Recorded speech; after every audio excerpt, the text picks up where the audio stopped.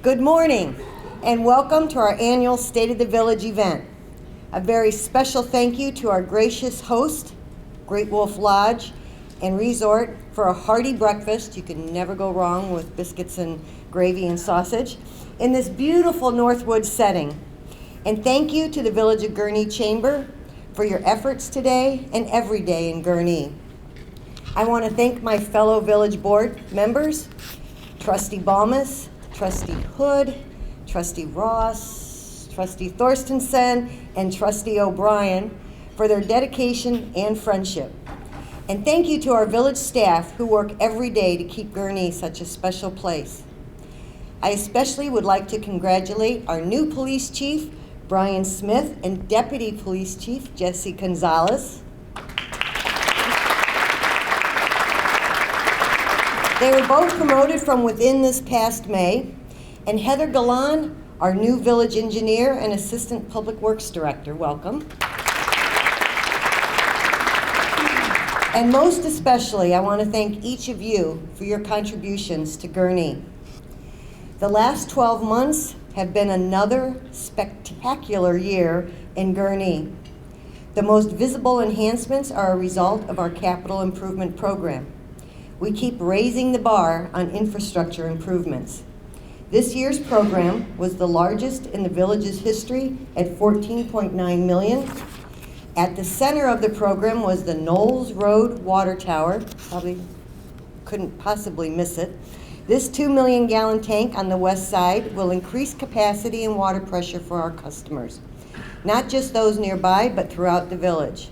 Construction is complete and the interior is coated. Work on the exterior coating, unfortunately, will resume in the spring. It got halted by Mother Nature, obviously. So following all of that, then we'll get it filled in the spring and put it into service, and the new village logo will be on this tower. That's what I'm most excited about.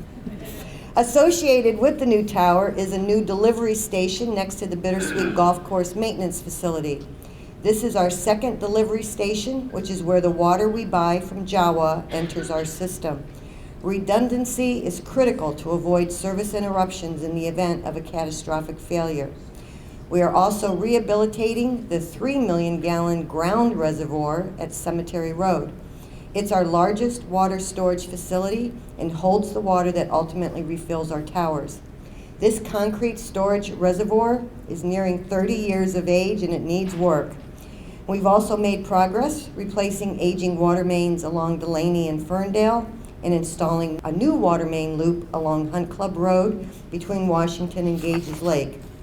A plentiful water supply is gold. Investments now will ensure our residents, businesses, and manufacturers never have to worry about this important commodity, unlike other parts of the country. Curb appeal and the transportation network is the first thing people notice about a community. In 2019, we rehabilitated 5 miles of roadways and approximately 12,000 square feet of sidewalk. The biggest headache we have is the ongoing 132-41 railroad bridge replacement. Collective groan, everyone. IDOT has reported that the redesigned steel bridge would be completed by late 2019, early 2020, but only within the last 45 days received approval from the railroad to start fabrication of the new bridge structure. Once that's complete and arrives on site, it will then be installed, train traffic switched over, the temporary bridge removed, and the final widening of 132 completed. IDOT is still saying 2020 completion. It's been a very long and painful process, but once it's done, it's done. They probably won't be back for another 40 years. 41 will have been reconstructed. We've got new ramps. 132 was repaved, and there will be a new railroad bridge and the completion of simultaneous turn lanes to go north and southbound from Grand Avenue. These projects would not be possible without a strong and vibrant economy and fiscal discipline. Due to Gurnee's position as a market leader in retail and entertainment, we can rely heavily on visitor spending to fund operations, which reduces the burden on our community. The 2019-2020 village budget is balanced and has no new taxes or fees included. In addition, for the 19th year straight, the village did not collect a local property tax on residential, commercial, or industrial properties. We are only one of a few communities in all of Illinois able to fund general operations, capital improvements, debt service, and pensions without a property tax. And it wouldn't be the holiday season if I didn't remind you all to shop local, not just at the holidays, but throughout the year. Our strong fiscal position depends on it. Christmas came early this year for the village. We have been able to pay off our outstanding debt this year, now making us general obligation debt-free. We were still able to add to our general fund reserves, keeping them at a level equal to more than 60% of our annual operating budget. That's far in excess of our own policy of 35% and exceeding best practices. The only debt remaining is a small IEPA loan for the Knowles Road Tower that we plan on paying off early. Gurnee is in a strong financial position. Thank you, Brian Gosnell and team.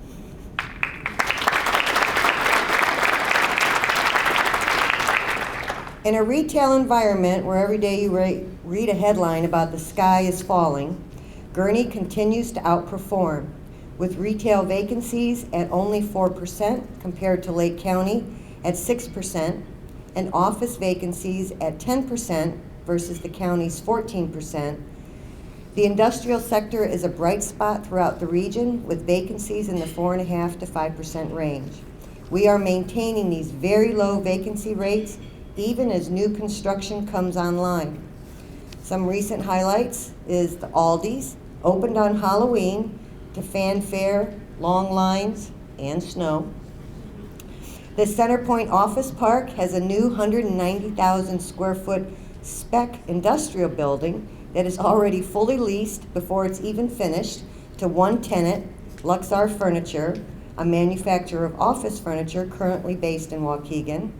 Bellwater Place, right across the street, has started its first 30,000 square foot office building on Dilly's.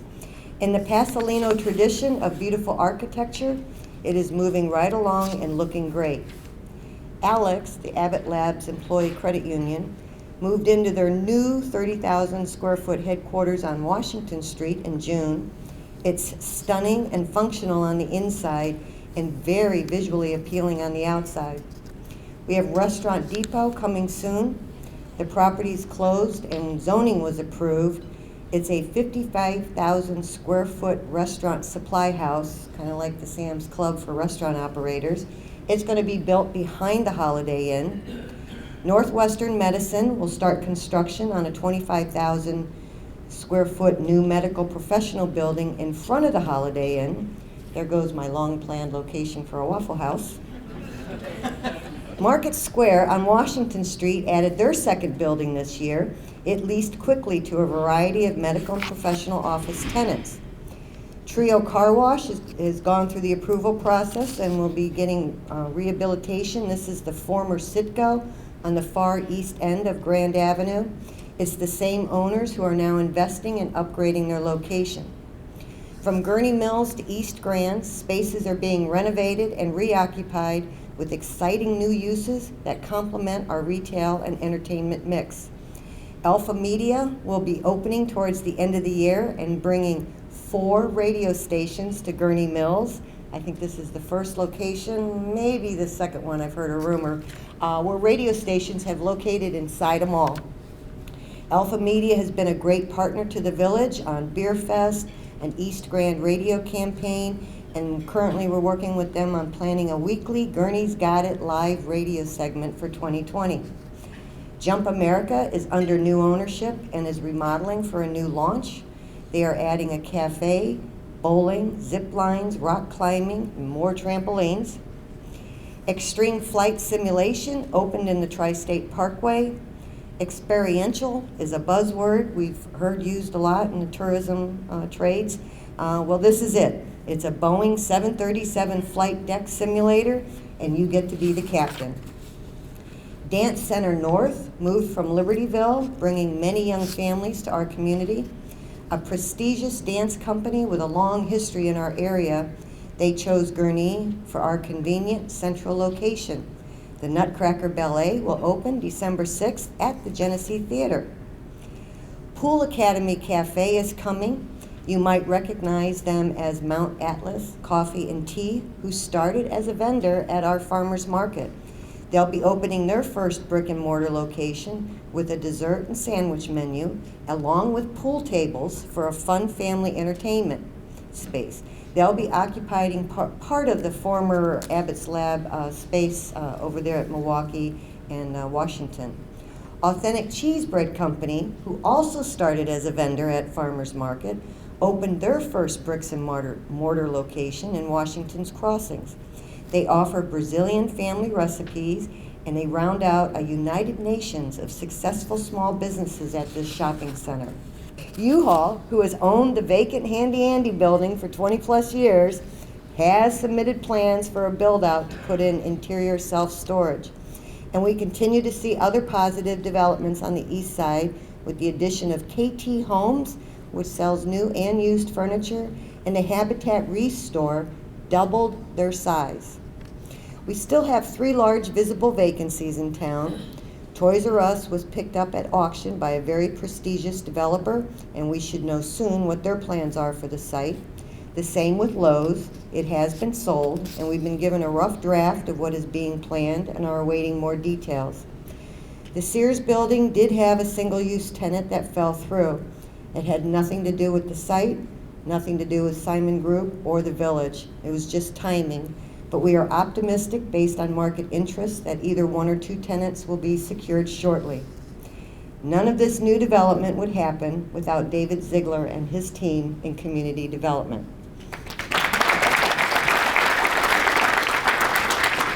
And we continue to attract and retain businesses thanks to the never-ending energy of Ellen Dean, our Economic Development Director. This room is filled with individuals and organizations that work independently and collaboratively, it's too early in the morning, collaboratively to make this community special. Elected officials cannot do this alone. I can point to individuals at every table that make Gurnee and our entire region special. All of us here today are making commitments much greater than just a financial investment to improve this delightful community of ours.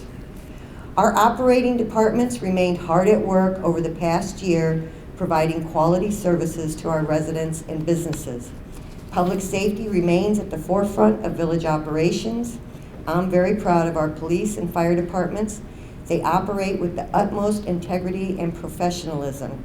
Some highlights for the police department, as I mentioned earlier, I appointed Brian Smith, police chief, in May 2019. He's a 19-year veteran with the department, and while he had big shoes to fill, he has proven himself an exceptional leader in just his first 6 months as chief.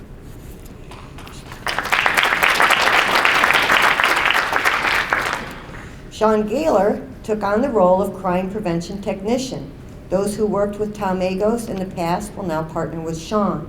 Shawn transitioned into this position seamlessly and has quickly added her own special talents to it through increased outreach and social media presence. The dispatch center is updating the emergency medical dispatching from a manual card system to a software-based system. Software will analyze information and guide data collection to reduce human error and increase customer service and first responder safety. And we are upgrading all police mobile data computer and in-car camera systems. Heavier reliance on technology is the only way to proactively keep up and stay ahead to protect the village.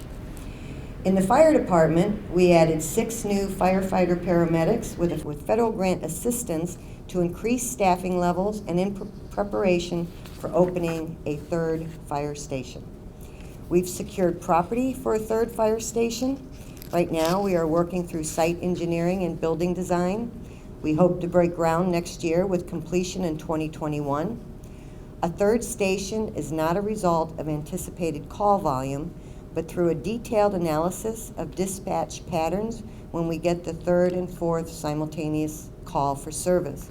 Chief Kavanaugh and his team were able to demonstrate that we'd significantly reduce travel times by adding a jump station. Less travel time improves efficiency and our response on calls for service.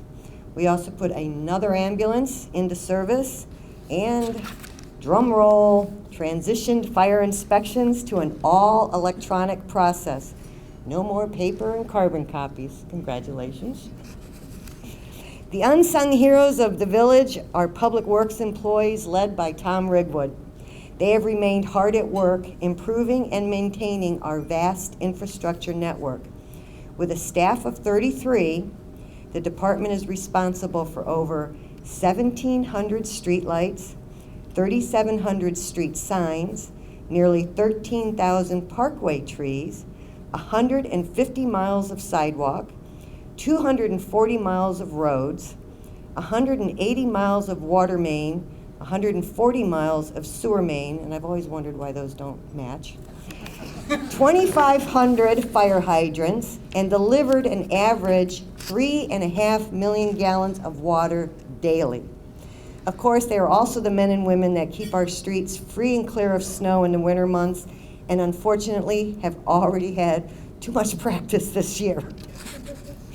Some general village highlights from 2019 include we hosted the DC Wonder Woman Run, 5K, 10K, half marathon, along with Gurnee Mills and Six Flags. We are confident they will be back next year. The Gurnee event had the highest attendance of any run in the series nationwide. Gurnee became the official home of the Vipers men's pro basketball team for the 2019-20 season. When the team isn't playing in London or Hawaii, they'll be right here in Gurnee playing on home court at Warren Township High School. The home opener was this past Saturday, and they won.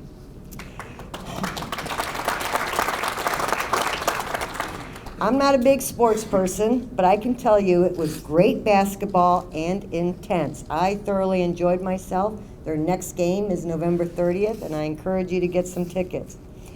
We financially participated in the effort to get 211 service in Lake County, thanks to leadership on our county board. Our Commissioner Sandy Hart and Steve Carlson did have to leave a little early.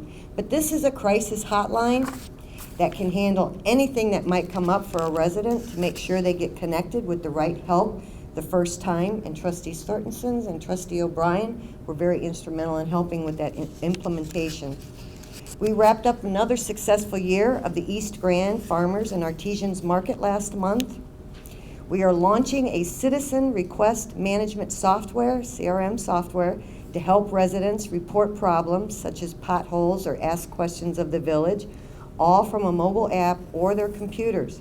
This will save staff time and improve the customer service experience. It will allow us to better track and measure our response to residents and businesses too. We dealt with the 6th largest flood in village history in September. If you haven't noticed, rainfall is increasing in volume and frequency. We recently reviewed our flood mitigation plan and may make a few minor adjustments.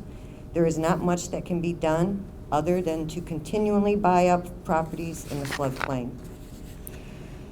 We continue to work with county, state, and federal agencies on ethylene oxide emissions. These agencies are the experts on and responsible for air quality regulations. Jack, Pat, and I also have sat through many hours of meetings with environmental engineers, toxologists, epidemiologists, meteorologists, wind experts, medical professionals, and a plethora of other titles that I really didn't understand what they were. But they are dedicated, and they have dedicated their lives to air quality. We are well-versed and knowledgeable on ETO emissions. This past spring, the Illinois state legislation, led by Senator Melinda Bush, passed the most comprehensive and restrictive controls on ETO emissions. I expect it will become a model for more states. Every state has ETO in their ambient background levels. Vantage and Medline are going through the permitting process and ready to invest the necessary dollars to come in compliance with the new Illinois regulations. When completed, their emissions will need to be down to 0.002, well below the typical ambient background levels in our community that range from 0.2 to 0.4 from other sources of ETO emissions not related to manufacturers. We completed testing over the summer that confirmed our levels are within typical ambient background levels. We are completing another round of testing right now, and we'll do another round of testing after all emission controls are completed. All this testing data is being used at the federal level to develop new regulations on ETO emissions nationwide, and the ATSDR, which is a division of the CDC, is using it to create a health risk assessment specific to this area. We are concerned about public health. We've taken it seriously. We are addressing it, but it takes time. And I encourage you to rely on and check out the village's page dedicated to ETO for factual and truthful information. We are working with our management company at Bittersweet Golf Course to discuss improvements to the course for next year. The golf course is an important asset to this community besides being a beautiful property, and we need to invest in it to ensure that it holds its value into the future. We will consider an ordinance on opting out of recreational cannabis sales on at Monday's meeting. We can't prohibit it in the village, but we can limit or prohibit commercial sale of it. The consensus from the village board is that it doesn't fit in with the image we want to project, and I agree with them. I've also asked our village attorney to look at a moratorium on vaping establishments. The state is considering legislation on vaping, and I'm concerned about the rapid proliferation here locally of retail establishments. Gurnee is a young village, less than 100 years old, but as we prepare for our centennial in 9 years, we must prepare our village for the next 100 years. It will be challenging, at times nerve-wracking, making tough decisions that we know may take years to see any benefits. But the alternative, doing things as we have always done, fearful that we may not make the right decisions, is not an option for long-term success. And that is what we all want for our children and for our community, to gain lifetime success as we navigate and adapt to an always changing world. We need to be thinking long-term, regionally. We're well positioned to get there. The list of projects that we have undertaken have improved our infrastructure, our economic viability, our quality of life. We've focused on projects that deliver new opportunities for residents and businesses and attract new stakeholders. The future of the community has been on my mind a lot lately. That's the advantage of tenure. Together, we've shaped Gurnee into a 21st century village filled with vibrancy and ambition, but our work isn't over. Our future success depends on our ability to attract and grow talent, our ability to take advantage of the sweeping technological advancements coming our way, and our ability to expand opportunity for everyone. One of the buzzwords I read in all the governing articles is smart city. And who here knows what smart city means? I'm guessing if I asked 10 of you, we'd get 10 different answers.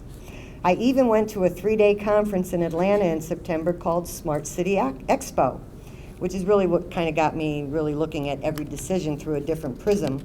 But it's a nebulous term with too many possible interpretations. So I decided that my approach and what I'm going to be hoping to shape over the next few years is to talk about being a future-ready village.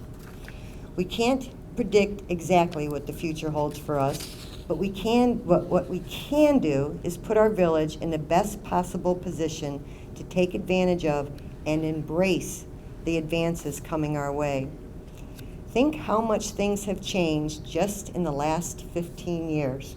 Perfect example, I was with my grandchildren 2 weeks ago. I'm babysitting 6-year-old granddaughter, 8-year-old grandson, and then 4 and 2.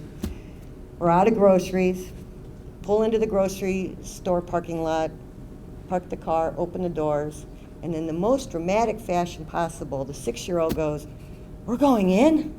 I was like, "Yes, we need groceries." Rolls her eyes.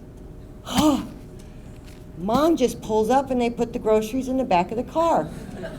And I'm like, well, darling, this is how we all used to do grocery shopping. And yes, we're going. She was mortified, dragging her feet, walking into a grocery store. Of course, then I remembered why you don't take children into a grocery store.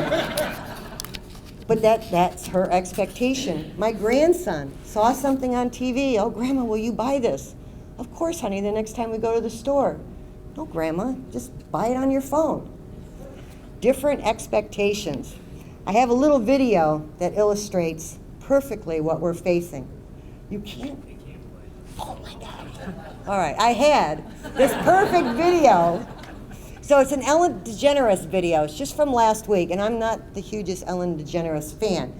But this is perfect. So she had a young adult, college age, and it was a little contest. She gave them a folded road map, like we're all used to, gave them a phone book, and gave them a rotary phone. And so she unfolded the map. So the challenge was to fold the map, find a specific business, Golden Muffler, in the phone book, and then dial it within, a certain time frame. Could not fold the map at all. After several seconds, Ellen kind of threw it away. Golden Muffler, no clue. Assumed that the phone book was alphabetical. Went to the G's, couldn't find it. Went to the M's, couldn't find it. No clue. You had to understand what kind of business it was. Ellen grabs the phone book, throws it away. So then the rotary phone, she's like, she's using a couple fingers, then one finger. Then she thinks she has it figured out, and then she picks up the receiver. Total fail. So that would have been really funny if we could have played it. But that's what we need to be planning for. A generation that has completely different expectations, completely different ideas of how things should be done, or where you go to find information, or how you access information, or how you purchase things. Our municipal services have to meet the expectations of this generation growing up now. Public safety has to accommodate this generation growing up now. All of us in this room have to adjust to a new reality for delivering services and meeting expectations that we might not even be able to visualize yet. We need a framework of ordinances nimble enough to allow our businesses to be nimble in responding to consumer expectations. Our community must continually innovate to appeal and attract a generation growing up now that doesn't know how to fold a map. With our shopping, dining, hotels, golf courses, walking trails, parks, playgrounds, recreational options, highly rated school districts, and library services to rival those in any big city, the village and our other governing bodies have all laid the groundwork to flourish. You can count on the village board to continue to look for ways to improve on what we have and to add projects that make financial sense for our future. Being a future-ready village means never being satisfied by what we've already accomplished. Right now, we don't have housing to match or meet the needs of the employees who travel to the village every day to work. We need to fix that. We need to encourage these young employees to put down roots here and become our future homeowners. Young employees and their families are the big consumer spenders that our retail corridors need to flourish. Think about this statistic. 85% of the jobs in 2030 haven't been invented yet. Will we have the young talent here locally to fill those positions in just 10 years? There is a fine balance between livability, economic viability, and environmental sensitivity. The next generation will expect the community to have all those values as part of their mission. And there is connective tissue between technology, sustainability, and quality of life to tie it together. Our comprehensive land plan, our strategic plan, our capital improvement plan really need to tie together into a future-ready master plan that will allow us to better leverage technology and serve as a roadmap that doesn't need to be folded. To address the challenges we face now and those that lie ahead, I look forward to working with all the governing bodies to come up with that future-ready master plan. Our youngest residents have told me loud and clear, being a village where people want to live and work means being a village that prioritizes sustainability and technology. Trustee Tom Hood has stepped forward to lead an environmental quality committee that we will launch next year, and I'm going to be challenging staff to keep technology at the forefront. To be a village that attracts and retains talent, we must also work together to expand and strengthen our quality of life amenities, our great places to work, to gather, to make memories with families and friends. And I'll be looking to the school, the park district, and the library to help with that. We need the business community to collaborate with us. Ideally, all our strategic plans will tie together in a common goal of being future ready. It is incumbent on us to start looking hard at the upcoming decades and what do we need to be doing different or better to meet these new expectations. We owe future generations a flexible canvas on which to create their version of Gurnee, one true to our roots, but malleable enough to meet new needs and desires. But the groundwork must be laid now with an eye to technology-driven services and protecting our natural resources. So we owe it to the many that came before us and whose names are lost to history. We owe it to the people who have already made investments in our community to keep it from being left behind. And I want to thank each of you for the positive comments, support, and encouragement as we build on the vision of those that served before us and continue to move Gurnee forward for future generations. God bless you, God bless Gurnee, and God bless America. Thank you.